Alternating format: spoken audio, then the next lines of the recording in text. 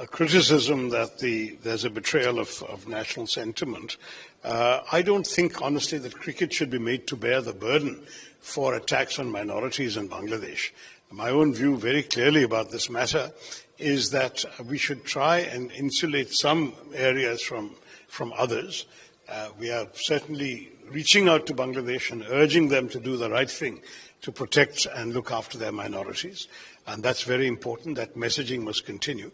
But Mustafizur Rahman is a cricketer. He has nothing to do with any of these things. He's not personally accused of any hate speech or any attacks or even condoning or defending any of these attacks or anything like that. He's just a sportsman.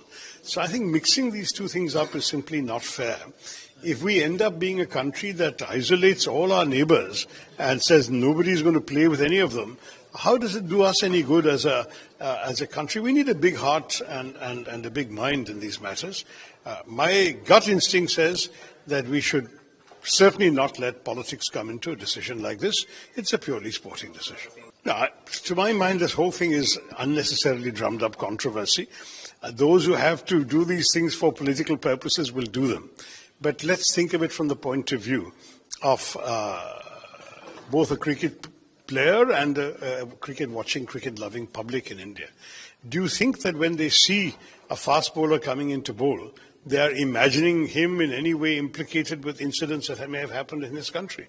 Obviously not. We have had incidents, frankly, in countries like England and Australia and so on, which have involved attacks on Indians there. And we have never said we can't have English players and Australian players. Why try and make a fuss about Bangladeshis who are in any way? If the player concerned had in any way tried to defend the atrocities or spoken out in a way that was deemed hurtful to Indian sentiment, it's one thing. But if the only objection is to his nationality and his passport, that is very petty and shameful to raise that kind of issue. And as far as I'm concerned, I think we should definitely insulate the IPL from any of these further unnecessary political pressures. So my own view is we are trying to repair things with Bangladesh. We're trying to create a decent relationship. Let us not start boycotting a country which is very much in our neighborhood, where we have civilizational ties going back for millennia, where we have borders on 3 sides of their country are with us, and the 4th side is water.